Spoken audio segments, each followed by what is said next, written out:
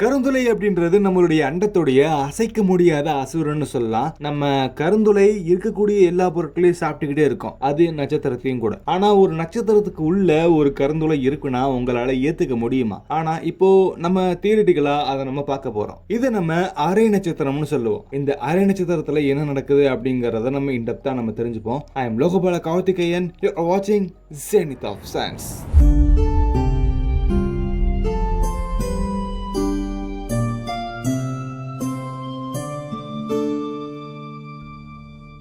அரை நட்சத்திரம் அப்படின்றது ஒரு கோட்பாடு. இதை நீங்கள் அரை நட்சத்திரம்னு சொல்லும்போது உங்களுக்கு கண்டிப்பாக அவ்வளோ ஈஸியாக புரியாது. ஆனால் குவைசி ஸ்டார் அப்படின்ற வார்த்தையை நீங்கள் பல இடங்களில் கேள்விப்பட்டிருக்கலாம். பிளாக் ஹோல் ஒரு காலகட்டத்தில் இது இருக்கும் ஆனால் இருக்காது அப்படிங்கிற மாதிரியான ஒரு டிபேட்டில் இருக்கக்கூடிய ஒரு வினோதமான விண்வெளி பொருளாக இருந்தது. ஆனால் அதுக்கப்புறம் இது கண்டிப்பாக இருந்தே ஆகும் அப்படின்னு நம்ம புகைப்படம்லாம் எடுத்து நம்ம வெளிக்காட்டிட்டோம். அதே மாதிரி தான் இந்த அரை நட்சத்திரம் அப்படின்ற இந்த குவைசி ஸ்டார் இருக்கலாம் அப்படிங்கிற மாதிரியான ஒரு தியரி தான் இப்போ நம்மகிட்ட இருக்கு. அது நம்ம பிரபஞ்சம் ஆரம்ப காலகட்டத்தில் இருந்தே உருவாக்கப்பட்டிருக்கும் அப்படிங்கிறதும், இது நம்மளுடைய நட்சத்திரம் இருக்கு இல்லையா, அந்த நட்சத்திரம் அதுக்குள்ள ஒரு கோர் அப்படின்றது கண்டிப்பா வச்சிருக்கோம் அது இயங்குறதுக்கு. ஆனா அந்த கோருக்கு பதிலா ஒரு பிளாக் ஹோல் இருக்கிறது தான் இதுக்கு ஒரு ஃபேசினேட்டிங்கான ஃபேக்டும் கூட. நம்ம யூனிவர்ஸ்ல எக்கச்சக்கமான ஸ்டார்ஸை பார்த்திருக்கோம். கிட்டத்தட்ட 70% மேற்பட்ட வினோதமான ஸ்டார்ஸை பார்த்திருக்கோம். அந்த 70% இல்லாம கொஞ்சம் வினோதமான ஒரு விண்வெளி பொருளாவே இது இருக்கு. உதாரணமா சொல்லணும்னா நம்ம ஆன்டரோஸ் அப்படின்ற ஒரு ஸ்டாரா இருக்கட்டும், பீட்டல் ஜூஸா இருக்கட்டும், இது எல்லாமே ஒரு மிகப்பெரிய நட்சத்திரத்தோட ஒப்பிடும்போது நம்மளுடைய சூரியன் ரொம்ப ரொம்ப சின்ன நட்சத்திரமா இருக்கும். இதை நம்ம குள்ள நட்சத்திரம்னு சொல்லலாம் அல்லது ஒரு டுவார்ஃப் ஸ்டார்னு சொல்லலாம். ஆனா நம்ம பார்த்தோம் இல்லையா, இந்த பீட்டல் ஜூஸ், ஆன்டரோஸ் மாதிரியான ஸ்டார், இந்த ஸ்டாரோட கம்பேர் பண்ணும்போது இவங்களோட மிகப்பெரிய ஆளுன்னு சொல்லக்கூடிய 2 நட்சத்திரங்கள் தான் நம்ம UY ஸ்கூட்டி அப்படின்ற ஒரு நட்சத்திரமும் AH ஸ்கோர்பி அப்படின்ற ஒரு நட்சத்திரமும் இருக்கு. இது ரொம்ப பிரம்மாண்டமான நட்சத்திரம். இது வரைக்கும் நமக்கு தெரிஞ்ச அளவுக்கு இதான் ரொம்ப பெரிய நட்சத்திரம். ஆனா நம்ம இப்போதைக்கு UY ஸ்கூட்டியை நம்ம எடுத்துக்கிறோம். இந்த UY ஸ்கூட்டிக்குள்ள நம்மளுடைய சூரியனை நிரப்பணும்னா கிட்டத்தட்ட 1708க்கும் மேற்பட்ட சூரியன்களை ஒன்னாக்கி அந்த ஒரு நட்சத்திரம், அந்த UY ஸ்கூட்டி இருக்கு இல்லையா, அதுக்குள்ள நிரப்பினா மட்டும்தான் அந்த நட்சத்திரம் முழுசாகும். குவைசி ஸ்டார் அப்படின்ற இந்த பேரை நீங்க கேள்விப்படும் போது குவைசார் அப்படின்ற இன்னொரு ஒரு பேருமே நீங்க கேள்விப்பட்டிருப்பீங்க. இது ரெண்டுமே ஒரே மாதிரியான விண்வெளி பொருள் அப்படின்றத நீங்க நினைச்சிட்டு இருப்பீங்க.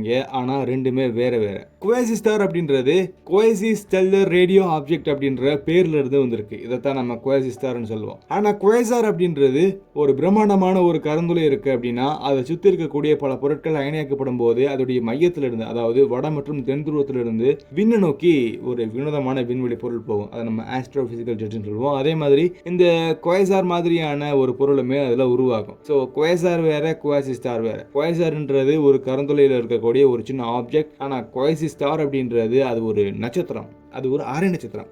இது எதுக்கு நம்ம அரை நட்சத்திரம்னு சொல்லுவோம், அதை நம்ம தொடர்ந்து பார்த்துக்கிட்டே இருப்போம். பொதுவாக நம்மளுடைய விண்மீன் மண்டலத்தில் இருக்கக்கூடிய பெரும்பான்மையான பொருள் அப்படின்னா ஹைட்ரோஜன் அண்ட் ஹீலியம், இது மட்டும் தான் இருந்திருக்கு. அப்படி இருந்த போது மட்டுமே இந்த அரை நட்சத்திரம் அப்படின்றது நம்மளுடைய பிரபஞ்சத்துடைய தொடக்கத்திலேயே இது உருவாக்கப்பட்டிருக்கும் அப்படிங்கிறத நம்ம நம்புறோம். இந்த குவைசி ஸ்டாருக்கு வேற ஏதாச்சும் ஒரு பொருள் கொஞ்சம் சிக்கலா அது உருவாக்குறதுக்கான காரணமா இருந்திருக்கும் அப்படிங்கிற ஒரு நம்பிக்கையும் நமக்கு இருக்கு. இதோடைய சைஸை கொஞ்சம் பார்ப்போம். இந்த அரை நட்சத்திரம் அப்படின்றது கிட்டத்தட்ட 10 பில்லியன் கிலோமீட்டர் அல்லது சூரியனுடைய ஆரம்ப நம்ம 7000 மடங்கு பெருசாக்கிறோம்னா எவ்வளவு இருக்கும், அந்த அளவுக்கு பெருசா இருக்கலாம் அப்படிங்கிறது நம்மளுடைய கற்பனை. 10 பில்லியன் கிலோமீட்டர் அப்படின்றது தோராயமா 67 ஆஸ்ட்ரோனாமிக்கல் யூனிட்ஸ். ஸோ இந்த 67 ஆஸ்ட்ரோனாமிக்கல் யூனிட்ஸை இன்னும் கொஞ்சம் நம்ம ஈஸியா புரிஞ்சுக்கணும்னா நம்மளுடைய சூரிய குடும்பத்துல சூரியனை தூக்கிடுவோம். சூரியனை தூக்கிட்டு இந்த அரை நட்சத்திரத்தை நம்ம பிளேஸ் பண்ணோம்னா, இப்போ ப்ளூட்டோ எங்க இருக்கு, அந்த ப்ளூட்டோ இருக்கக்கூடிய இடம் வரைக்குமே இந்த நட்சத்திரம் ஃபில் ஆயிடும். ஸோ கிட்டத்தட்ட இது சூரியனை விட இல்ல, நம்ம சூரிய குடும்பத்தை விட ரொம்ப பெருசு அப்படின்னு சொல்லலாம்.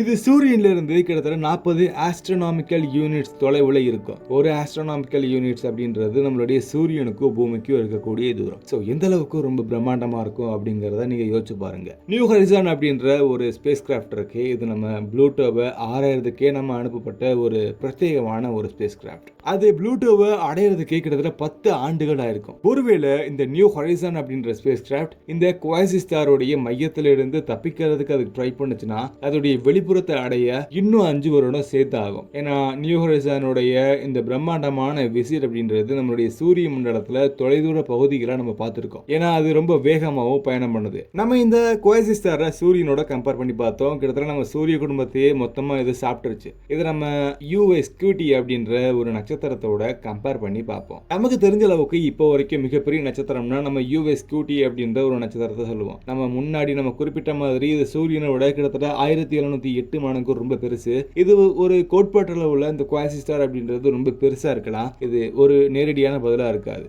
ஏன்னா இது நமக்கு இன்னும் சரியா கன்ஃபார்ம் ஆகாதது. அதனால UV-Scuti விட இந்த குவாசிஸ் ஸ்டார் ரொம்ப பெருசா இருக்கலாம், ரொம்ப மிகப்பெரிய நட்சத்திரமாகவும் இருக்கலாம். ஒருவேளை இந்த UV-Scuti இருக்கக்கூடிய அந்த பதவிக்கு இந்த குவாசிஸ் ஸ்டார் முன்னாடி வர்றதுக்கான சான்சஸ் ரொம்ப அதிகமாகவே இருக்கு. நீங்க பார்த்துருப்பீங்க, கிட்டத்தட்ட ப்ளூட்டோவையே ஒட்டுமொத்தமா சாச்சிருக்கோம் இந்த குவாசிஸ் ஸ்டார் நம்மளுடைய சூரிய குடும்பத்தில் இருந்துச்சுன்னா. அப்போ குவாசிஸ் ஸ்டார் சூரிய குடும்பத்தோட ரொம்ப பெருசா. சூரிய குடும்பத்துடைய முடிவை நீங்க எதை வச்சு சொல்லணும்னா, ப்ளூட்டோவோட சுற்றுப்பாதையை தாண்டி போனாலுமே அது அதோடைய எல்லையா இல்லை. நீங்க ஊர்ட்டுக்ளோடு அப்படின்ற ஒரு இடம் இருக்கு, அதை நீங்க பார்க்கலாம். இதை நாசா திட்டவட்டமா சொல்லுது, ஊர்ட்டுக்ளோடு வந்து மேபி இந்த சூரிய குடும்பத்தோட எல்லையா இருக்கலாம் அப்படின்னு. நம்மளுடைய பதில் ஹீலியோஃபேஸ் அப்படின்ற ஒரு பகுதி இருக்கு. ஹீலியோஃபேஸ் தான் நம்ம சூரியனுடைய சரியான எல்லை பகுதியா இருக்கும் அப்படிங்கிற இன்னொரு ஒரு கணிப்புமே இருக்கு. சூரியன்ல இருந்து வரக்கூடிய நட்சத்திர பொருட்கள் எல்லாமே இந்த ஒவ்வொரு விண்மீன்களுக்கு இடையேயான பொருட்களோட தொடர்பு கொள்ளும் போது, அதாவது இன்டராக்ட் ஆகும்போது ஒரு சில மாற்றங்கள் அப்படின்றது ஏற்படுது.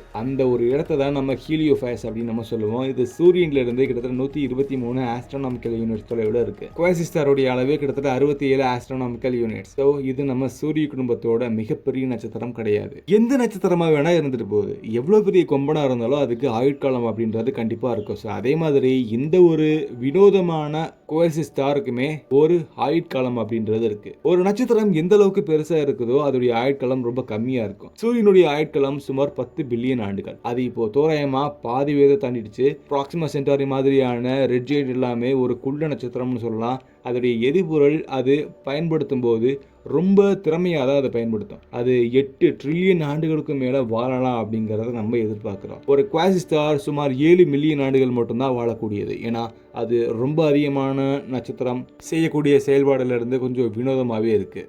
ரொம்ப வேகமாக வாழக்கூடிய நட்சத்திரமாக இருந்தும் ரொம்ப சீக்கிரமாக சாகக்கூடிய ஒரு நட்சத்திரமாகவும் இருக்கக்கூடிய இந்த குவாசிஸ் ஸ்டார் அது இன்னும் கொஞ்சம் வினோதமான மையக்கருவை வச்சிருக்கு. ஒரு பிளாக் ஹோல் அப்படின்றது அது வேற இடத்துல இருக்கும், நட்சத்திரம் வேற இடத்துல இருக்கும். ஆனால் ஒரு பிளாக் ஹோல் அப்படின்றது ஒரு நட்சத்திரத்துடைய மையத்தில் இருக்குன்னா அது உங்களால் நம்ப முடியுதா? இந்த ஒரு அசாதாரணமான ஒரு கற்பனை தான் இந்த குவாசிஸ் ஸ்டாரை இன்னும் கொஞ்சம் ஃபேசினேட்டிங்கான ஒரு ஸ்டாராக மாற்றிருக்கு. இந்த குவாசிஸ் ஸ்டார் உருவாகிறதுக்கான ஒரு சில காரணங்களை நம்ம பார்க்கலாம். இது வந்து காமனான காரணம் தான். ஒரு மிகப்பெரிய புரோட்டோஸ்டார் இருக்கு, அந்த புரோட்டோஸ்டார் வந்து சரிஞ்சுது, அதாவது அதோடைய ஆயுட்காலம் அப்படிங்கிறது முடியுது. ஒரு சாதாரணமான நட்சத்திரம் மாதிரி இல்லாமல் ஒரு குவாசிஸ் ஸ்டார் அப்படின்றது அதோடைய மையத்தில் அணுக்கரு இணைவு மூலியமாக தான் இயங்கும் அப்படிங்கிறது நம்ம நினைப்போம். ஆனால் இது அப்படி கிடையாது. ஒரு குவாசிஸ் ஸ்டார் அப்படின்றது அதோடைய மையத்தில் ஒரு மிகப்பெரிய கருந்துளை வச்சிருக்கு. இந்த பிளாக் ஹோல் தான் அந்த ஒட்டுமொத்த நட்சத்திரத்தையும் இயக்குது. இந்த புரோட்டோஸ்டார் கொஞ்சம் கொஞ்சமாக அதோடைய வயதை எட்டும் போது அதோடைய வெளிப்புற அடுக்கில் எக்கச்சக்கமான வெடிப்பு அப்படின்றது ஏற்படுது.